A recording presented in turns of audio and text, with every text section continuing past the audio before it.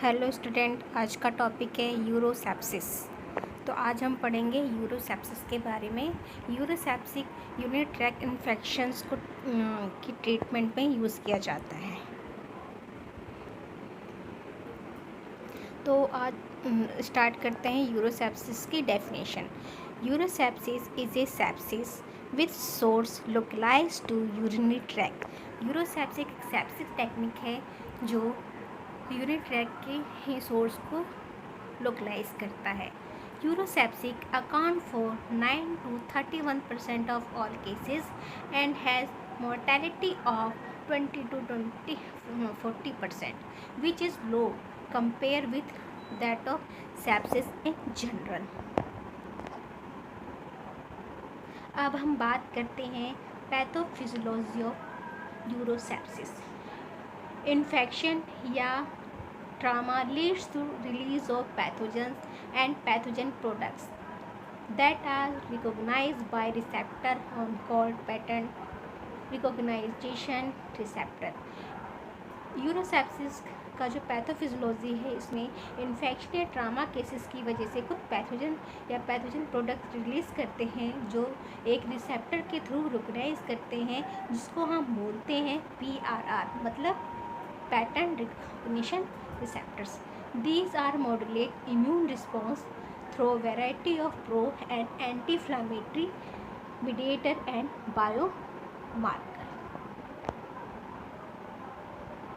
अब हमारी जो नेक्स्ट स्लाइड है वो है पैथोजेंस, कि कौन कौन से ऐसे पैथोजेनेसिस है जो यूरोसेप्सिस में इन्वॉल्व होते हैं। तो positive organism are usually gram negative bacteria, E coli, Proteus, Klebsiella, Enterobacter, Pseudomonas एरोगेनोसा।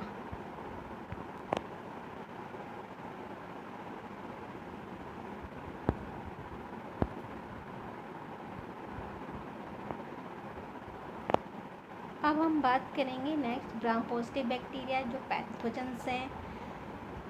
Are less common causes of urosepsis Enterococcus, Staphylococcus, Streptococcus agalactiae, fungal infection may occur in the immunosuppress.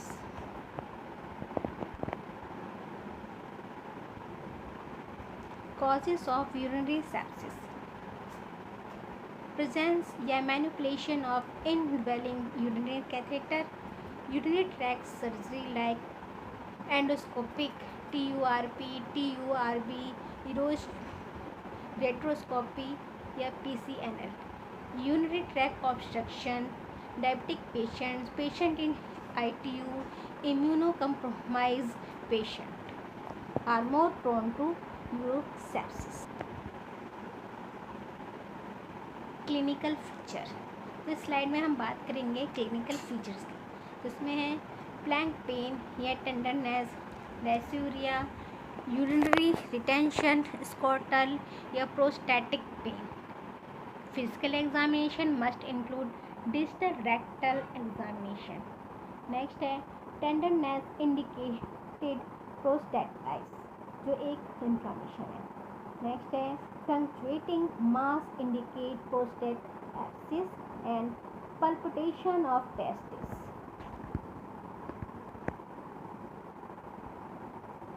Next slide is investigation या diagnosis.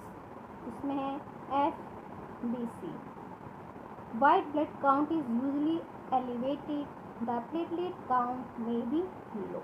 इसमें क्या होता है कि इसमें हम WBC count करते हैं, जिसमें प्लेटलेट काउंट जो होता है लो होगा but white blood cells elevate करेगा। इसमें आर्टरियल ब्लड गैसेस भी हैं to identify hypoxia and presence of metabolic acidosis, जिसमें क्या होता है हमारे ब्लड में एसिड का जो प्रेजेंस होता है वो बढ़ जाता है, या एसिड की मात्रा बढ़ जाती है। यूरिया एंड इलेक्ट्रोलाइट्स, इसमें baseline determination of renal function. Next है blood culture. Empirical antibiotic treatment should be begun only after blood cultures have been dropped. Next है only about 30% of blood culture in patients with suspected urosepsis are positive. Next test है urinary test, जिसमें क्या है urine analysis and urine culture must be perform in all patient with urosepsis before antibiotic treatment is begin. इसमें क्या होता है कि जब भी हम यूरोसेप्सिस पेशेंट पे करते हैं तो एंटीबायोटिक का ट्रीटमेंट स्टार्ट किया जाता है।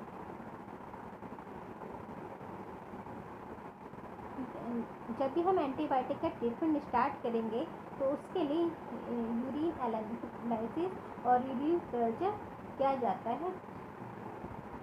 अब है कोगुलेशन स्क्रीन, जिसमें क्या है this is important if surgically radiological drainage of source of infection is necessary.